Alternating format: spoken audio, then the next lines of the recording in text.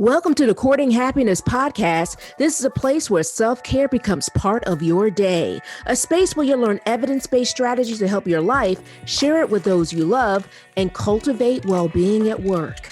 I'm your host, Dr. Kortni Alston. I'm a former news director, television reporter, turned happiness scholar, TEDx speaker, and transformational trainer. I also understand hardships. While working my dream job in television, I lived a nightmare of suddenly becoming a young widow after 86 days of marriage. I became committed to learning more about resilience, healing, and happiness. This is how I discovered my area of research, which is positive psychology. Now I'm living my calling of training individuals and organizations on happiness, and my new chapter begins with being happily engaged. The courting happiness is about a true courtship. I like to say commitment with happiness. The K in courting stands for the vulnerability of sharing my story, inspirational interviews with phenomenal people, the infusion of positive psychology, and so much more. You'll learn how to commit to your well-being one episode at a time. I hope you subscribe and share. So, are you ready? Let's get started.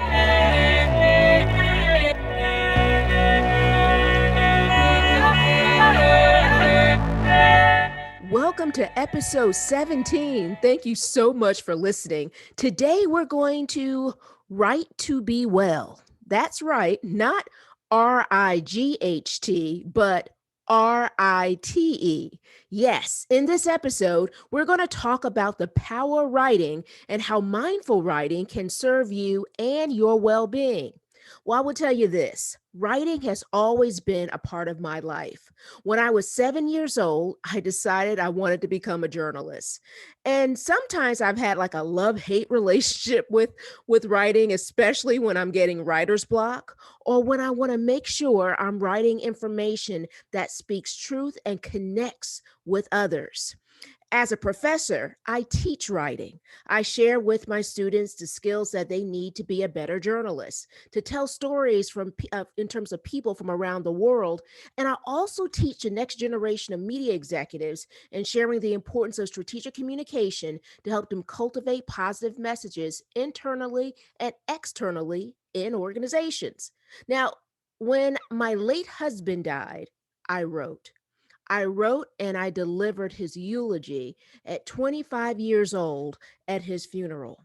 When my mother died, I did the same. Just weeks after finishing my PhD, I wrote her obituary. I shared her story at her memorial service. And ironically, I wrote about how 17 years ago, on that day of her service, I married my late husband, and now it is a day that will always be remembered as a celebration of her life as well. And as a scholar, I wrote countless research papers. I spent what I felt, well, half of my life, I felt on my dissertation.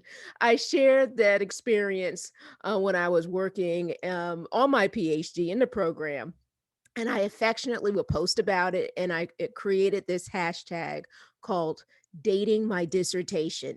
Yes, it felt like a true relationship from the time I spent on every word, conceptualizing research and gathering information to serve the industry.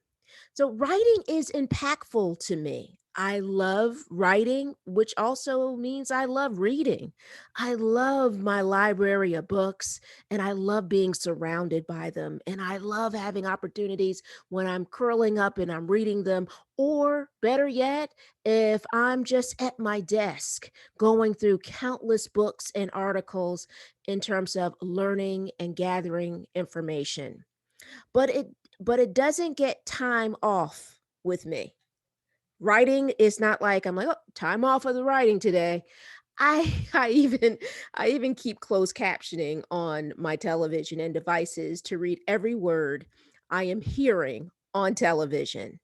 I love seeing what writers do in being true wordsmiths and putting together words like a chef with ingredients, creating a masterpiece with words. So, with that being said, I love writing. I love it even when it's challenging because I respect it, I honor it, and I am fulfilled when I am doing it. So, when this writer saw an article published by Mindful Magazine titled Connect with Your Story by Amber Tucker, I will tell you this, I was drawn to it. And one of the things that she mentions is this, and I quote, she says, writing mindfully can loosen the grip of sticky emotions by bringing them out of the dark. With just a pen and paper or an app, we can create the habit of being there for ourselves. End quote. I can relate because when dealing with loss or even other life transitions in my life, from either the loss of my late husband to the divorce of my second marriage, journaling has been a companion and a resource to help me make really some breakthroughs and sometimes dealing with several breakdowns in terms of how I might have felt at the time or what I was going through. But it has been incredibly transformative for me. Now, Tucker explains this that scientific research finds that expressive writing can provide benefits to our mental and emotional health. Journaling can decrease stress, and she refers to it as like leveling out turbulent emotions and increasing optimism and gratitude, which we all know how I feel about that in terms of really valuing and a positive mindset and understanding the importance of optimism. She refers to a study of college students who wrote about their troubles and had fewer stressful thoughts. Now, researchers think that the writing out these challenges kind of helps the brain process them. Tucker also adds it can also help with anxiety. She refers to a study that where there was a group of people struggling with anxiety and were asked to do reflective writing online for about 15 minutes a day, 3 times out of the week for about 12 weeks. Now, the other group were the control group, and they dealt with their usual anxiety treatment. The reflective writing group reported lower levels of anxiety and greater resilience than the control group. It shows really the value of writing and sharing information. Now, mindful journaling is a great way to express emotions and sharing experiences. Scholars have found that people who share privately are more likely to share with others. And this can serve us in terms of building our support team or social support, but really making sure we are sharing it with the people that really are our greatest supporters. Now, if you haven't if you hadn't had a chance to begin to write down your thoughts, I really hope that you do. Because as mentioned earlier, in terms of all these different dynamics, I want to hopefully inspire you to begin the process. Now, one of the things I've always shared in my podcast episodes is the importance of having a notebook, right? And the importance of really that notebook is your well being journal. Now, when I'm referring to the term journal, that means in terms of being able to write down that information, but journaling in terms of being able to be reflective as it relates to your thoughts or being kind of challenged or inspired or empowered by answering certain questions that I may pose in certain podcast episodes. So it gives you this great place to always go back and refer, and always this great place to always be able to share. But I don't want to make today complicated because what I want to do with you today is inspire you to just begin. Just begin. I have this shirt. It's black. It's from Peace Love World. I just love the company.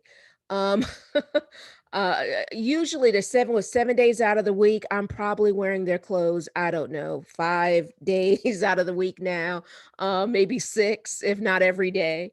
During the pandemic, if it's not a shirt or maybe a pair of their pants, but I love their attire because it has all these wonderful sayings or all these great, affirmations. And one of my shirts, the black one, um, happens to have on the sleeve, it has begin. And I love just looking at it. It doesn't have anything else. It just simply says begin. And I hope that this episode is your beginning. Starting to, if you haven't already, begin writing, begin sharing your thoughts. You know, so today, although I've shared a lot in regards to the outcome for so many people, the positive outcome, and how it can serve you, I want to inspire you today to simply begin. Begin that writing process. I hope you're inspired to write.